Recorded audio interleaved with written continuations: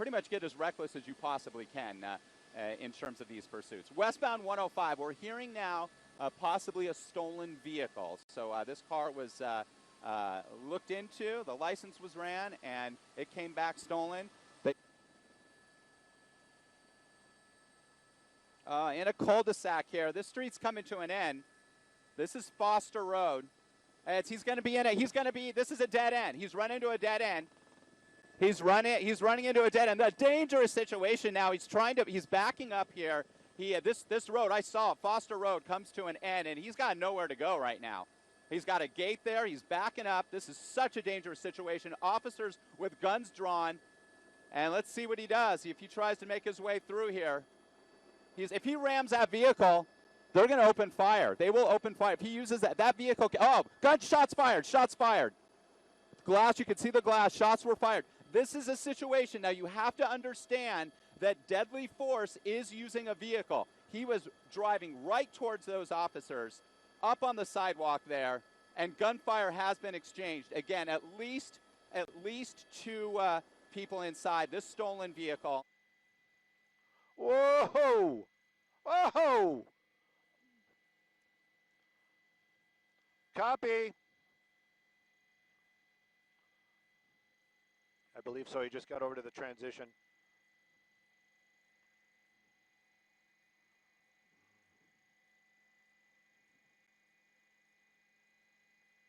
I have it, don't I? Oh, Jesus.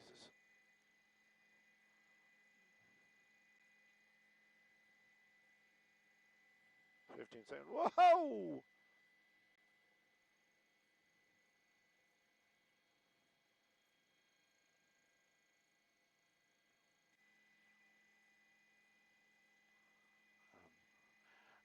We can bring up the speedometer for you. You know, that funny thing about that, earlier on when they first started following, whoa, there, oh, geez, oh my goodness. Oh my goodness, that guy in that black car, I hope they're okay. They took the brunt of it. Yeah, the door's open. That's a positive sign. He's getting out, he's running. That's the suspect. Falling, hopefully, just stay down. Just stay down. Just stay down. Oh my goodness! There you go. That's the guy. That's the guy that was in the black car right there. That's got to be adrenaline just getting him out of that car. Oh.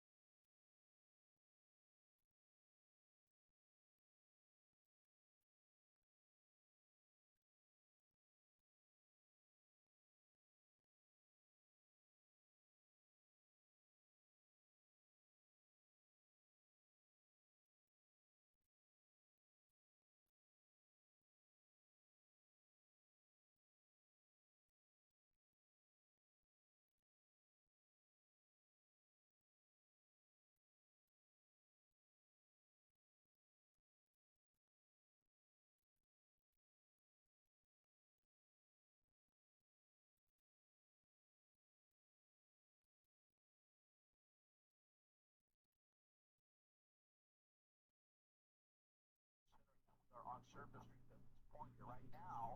We're eastbound, and well, let's see here.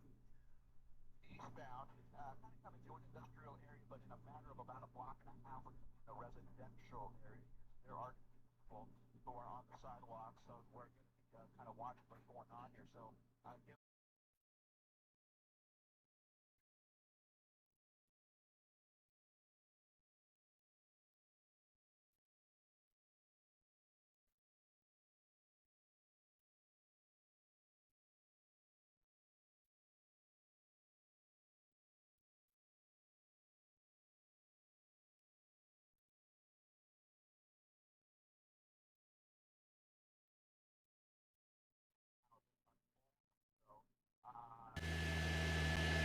Nice. All right. Boom! Oh, yeah, we got that. Thank you. Craig, did you see that?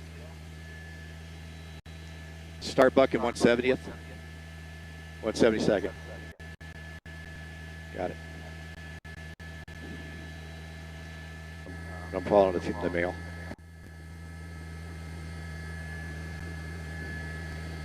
All right, running back to the black and white. I think he's going to take the black and white.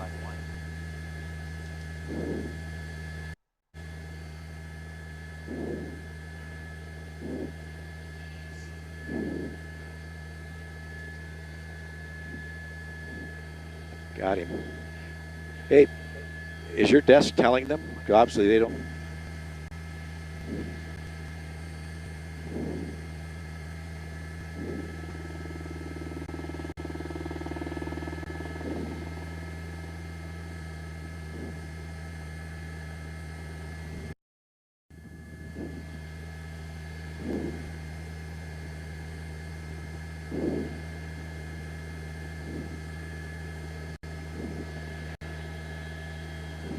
And Craig, you're wrapping that video, right?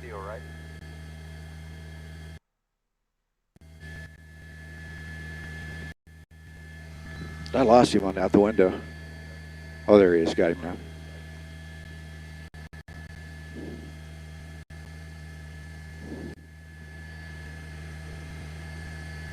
Oh! 2 minutes to show. 2 minutes to show. And if you're watching on KTLA.com, this is Sky 5 with Tim Lynn out over Rosemont following a stolen CHP CHP vehicle. Get ready to go on Channel 5 and here on KTLA.com. He's going to roll this thing.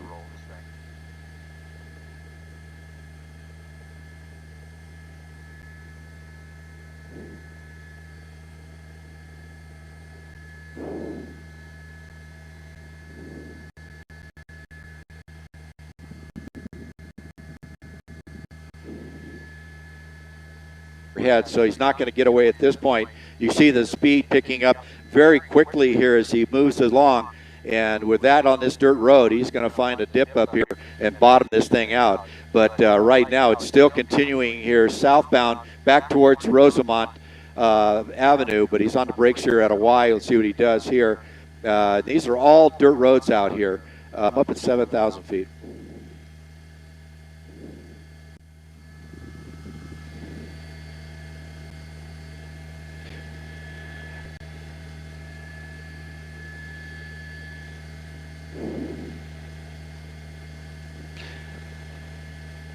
Yeah, well, basically, they're just going to try to box him in. The spike stripping out here is going to be a little tough, and I could say they're out in the middle of the desert, so there's no idea the streets or the roads or if I lose the signal here for a bit as I make a turn, because I don't want to get away too far away from him, because Colton is having a real hard time staying with him. But here it's a little hard pack area, and it's going to put him onto a Rosemont. I believe this is going to be Rosemont. He's going to be coming up here too in about another quarter mile, and that is a paved road that runs east-west through the north end of the Antelope Valley. And once he gets on that, it's going to be quick. Now, hopefully there's a unit down here. I see a car stopped. Hopefully that unit's waiting for him to throw a spike strip. Not really sure that's a police car. I'm so high up, but there's a unit parked right at the intersection he's coming up to. He's on the brakes, slowing down. Looks like he's going to go off in the desert. This is what he's done before to get away from units that are waiting for him. And there he goes into the desert, westbound. Going to pick up westbound Rosemont as he goes under those wires right there. And hopefully he gets just stuck on the berm. Ah, great. There you go. Perfect. Got himself stuck, and now he's coming out. Here comes the unit, and on foot, going to run. He's going to give up. You see right there, it's a Ventura County Sheriff, because they were alerted to this pursuit as well, because it was heading up that way. You see this Ventura County Sheriff, Kern County Sheriff. Good morning. This is 4 o'clock in the afternoon, almost 4:10, so it's extremely dangerous for that community. Everyone in that community, if they're watching, stay in your home, lock your doors, and secure yourself, because it wouldn't surprise me if he abandons the car and then tries to break into a residence, and then we've got more problems, and we have to stand up. But fortunately, the officers behind him, and they need to stay close behind, because if he bails from that car, they need to apprehend him as quickly as possible. And here, a residential area, Who knows? You know, no regard for human life, no regard for other people, children, somebody in a wheelchair. Oh, he hits a police car. He hit a oh, car wow, into the crashed pole. in the pole. Into the pole, Dennis. You're going to see this. So he's going to bail. He's okay. He's out, Suspect and he's is gonna running. run. He's running. Remember, he had a weapon. Does he have the weapon with him, or did he not get the weapon as he hit that pole there? Suspect running is through running. traffic. Lock your doors, everyone. Oh, gosh, you want? Oh, he's trying to carjack other people. Oh, please. Hoping everybody has their doors locked as this suspect is making a run for it. Not the overly police fast. car, hit the pole. Police Okay. right there. Police right there. Oh, my. Right. They So got there him. we go. They got him. Yeah, Dennis, you'll see there's a tackle with 1, 2, 3, 4, 5, 6, 7, 8, a dozen officers at this point, and they are getting this suspect into handcuffs. Just be able to. He's going to be able to continue driving with that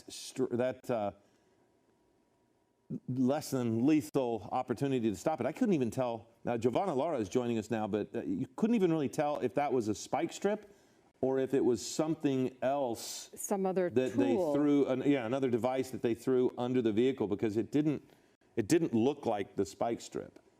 No, it sure did not. But I've been watching and listening to you for the last 10 minutes or so. This guy is determined to get away at slow speeds, as we are seeing. And was it 3 pit maneuvers that they attempted? At this point, yeah, there've been 3. And again, you see the people on the sidewalk.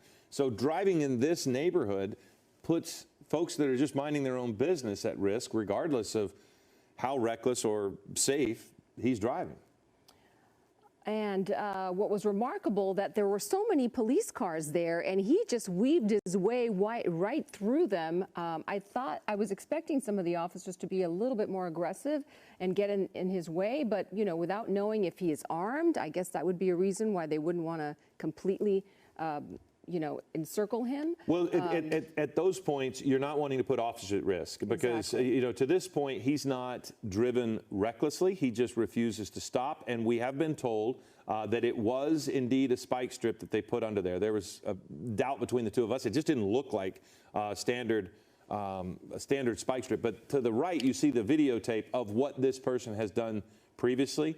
So it's this fine balance for officers to try to stop him from moving forward without putting officers at risk. So they're not going to really block him in if he can get any kind of movement going forward. They're going to, if they can get him so that he can't get going fast and cause them pain, then maybe they might try to box him in. But that's the spot there on the right is when I thought he might damage the undercarriage of the truck, possibly break the axle by driving over in such a manner of those curbs.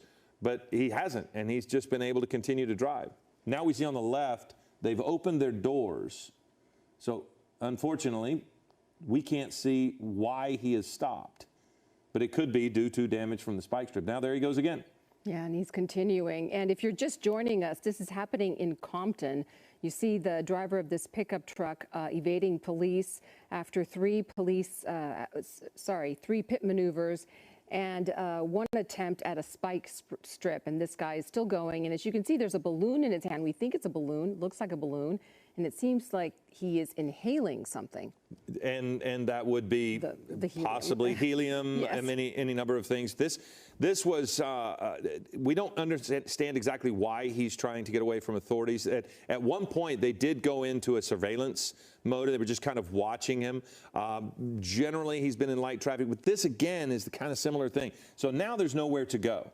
He is potentially on a bike path, it looks like, and he's now pinned in. He can't go forward. Officers are not at risk. And look at the number of officers behind him. The big risk, I would think, at this point is that this person might try to get onto the bike path and potentially try to drive on the bike path. That would be something that authorities don't want. And because if you're on the bike path, there's quite literally nowhere to go if you're a cyclist and you see a truck coming at you. So they certainly don't want him going forward, but that's kind of his choice at this point. Yeah. And you see the law enforcement officers behind him. They've all exited their cars. They're all holding weapons. Again, we don't know what the initial want for this pursuit was, and we don't know if they know whether he is armed and dangerous.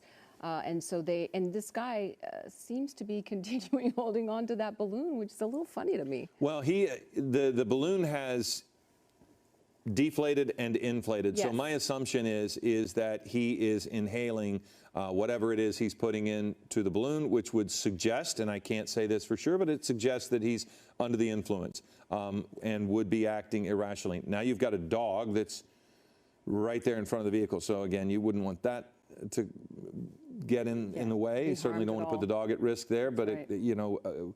You just worry about the bike path. You see officers here. So they are going to try to keep him from heading that direction. The concern I would have is if he were to turn right. That seems to be the direction that his vehicle is pointed, and if he somehow got onto that bike path, hopefully he will not make that choice. Yeah, and my understanding is we picked this up at about 12:40. May have been going on a little longer than that, but that is the information we have so far. So we've been following it, the last 15, 20 minutes or so, and he's remained in Compton for the most part. Yes, and he still is in Compton. If you're trying to identify this part of town, you're seeing at West Poplar Street, and at this point it almost seems as if it is a standoff where now he's either rolling down his window or up. I can't really tell if the window is open.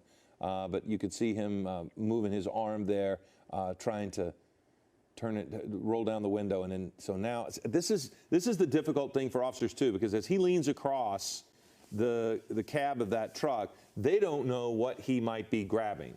He could be reaching into the glove compartment. He could be reaching under the chair or under the seat. So they just don't know, and you really don't want to see him continuing to take his hands out of his. No, he is. Watch. Okay, he's just filled up the balloon again. Yes. So he must have a helium tank. I would assume. That's an assumption that is not unreasonable given at this point. So. Yes. Yeah. So you just wonder what his state of mind is right now. And I have a question about: is that wood in the cab of the truck? It looks as if it's tree stumps. That possibly. There was some stump removal. Now let's see what they do if they're going to. So clearly he can't go backwards now. So they're setting it up so he can't go backwards. The question for me again continues to be, can he go to the right? To the left, it's going to be difficult because of the angle of his vehicle. Right. He's not going to be able to make that. The wheel turn is not going to allow him to do that, turning radius. But he can make that right turn, our left. And if he turns to the right, he could end up on the bike path. Yeah. But there could be, and I can't really tell from Air 7, if there's something blocking him to keep him from going that way. Yeah, that's what I was thinking, that the gates there, it doesn't seem like a very wide opening in that space. Wider, it's not as wide as the left, but either way, he's not, something just happened. They might be shooting less than lethal in there, tear gas. Yeah, there could be tear gas. Yep. Yeah, that's what it is. Yep. So they have fired tear gas, and now you see him with his hands possibly, well, he still has his, it looked to me as helium there.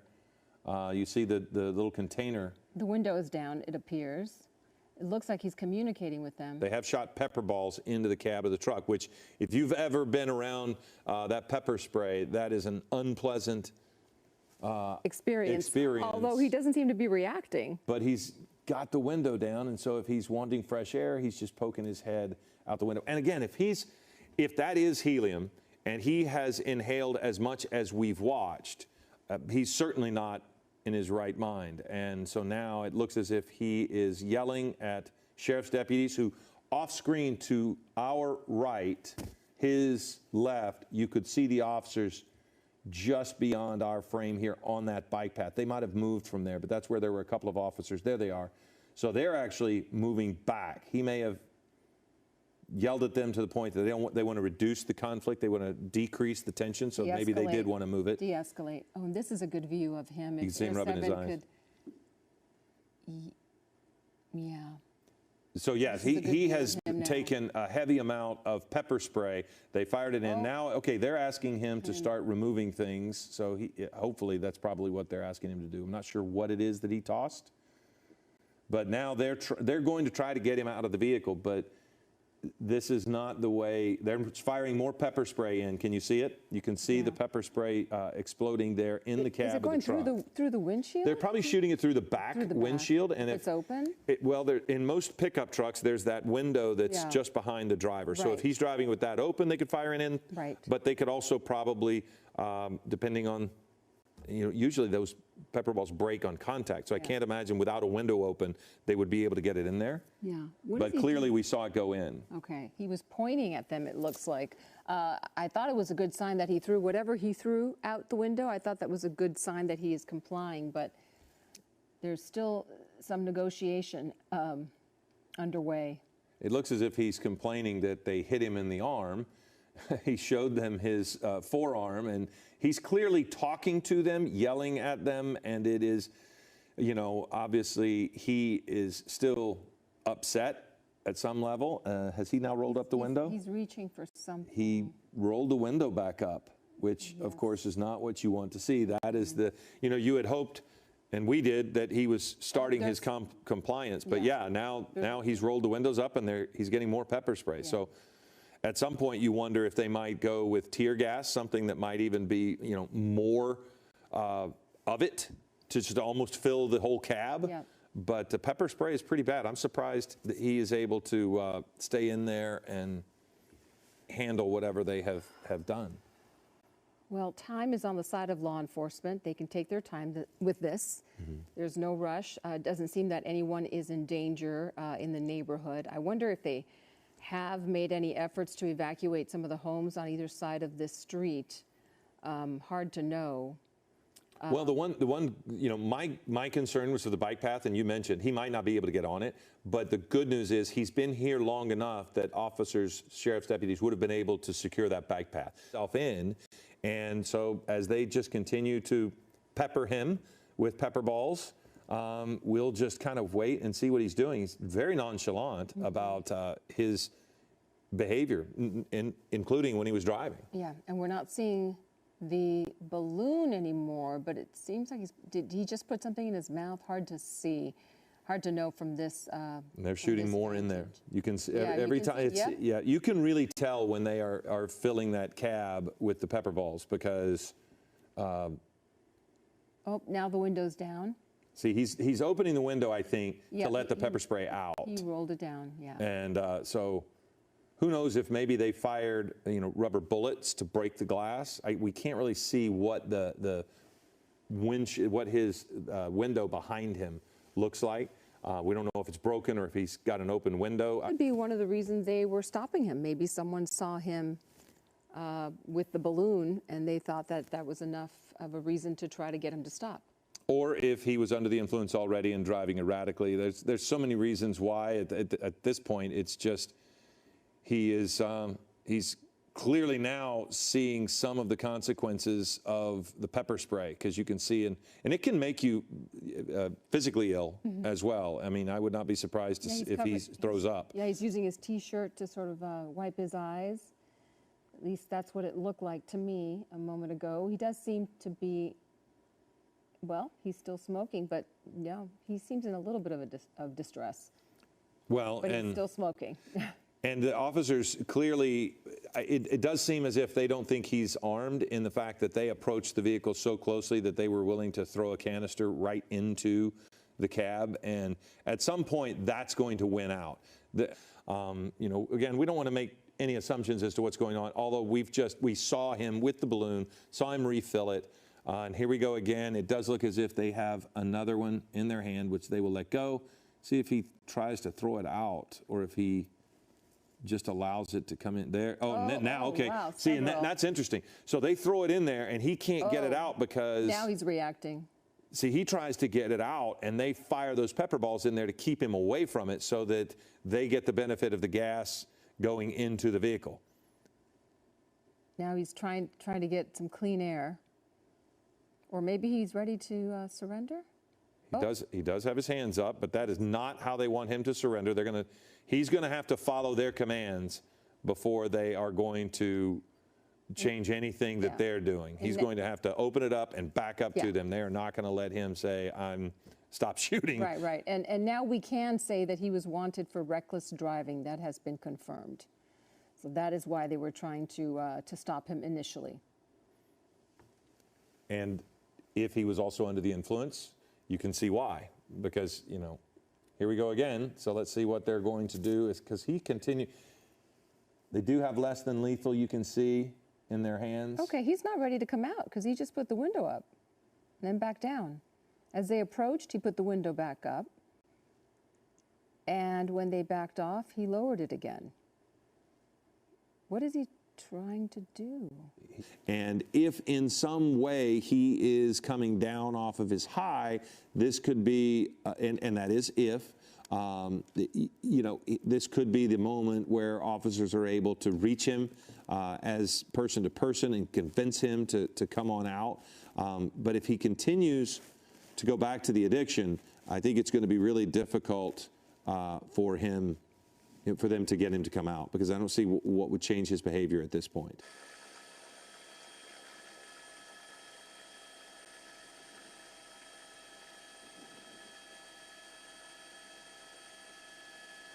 I don't know, like, just back the car out, pull on in. Like, why does this stuff always take so long?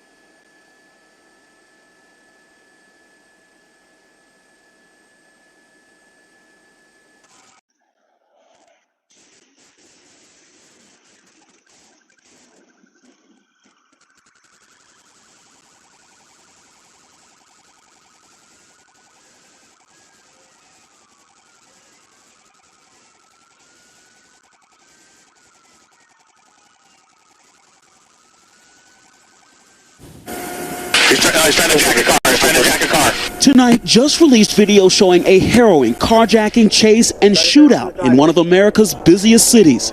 A Las Vegas police chopper recording the chaos from above. He's in the car. He's trying to force the driver out. Police say the man carjacking a Chevy Avalanche at gunpoint last week was under surveillance after a different alleged carjacking 3 months ago.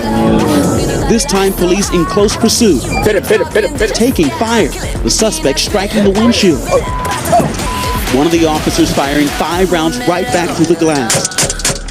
The suspect getting away, eventually forcing a second motorist to stop and trying to steal her car by gunpoint. You have to get him stopped. Now in the supermarket parking lot, police once more firing their weapons. The suspect taking off again, crossing several lanes of traffic. Tonight, police accusing the suspect of purposely crashing head-on into a K-9 police cruiser. You get hit head-on by someone trying to kill you at 67 miles an hour. We're very fortunate that we're not burying that officer.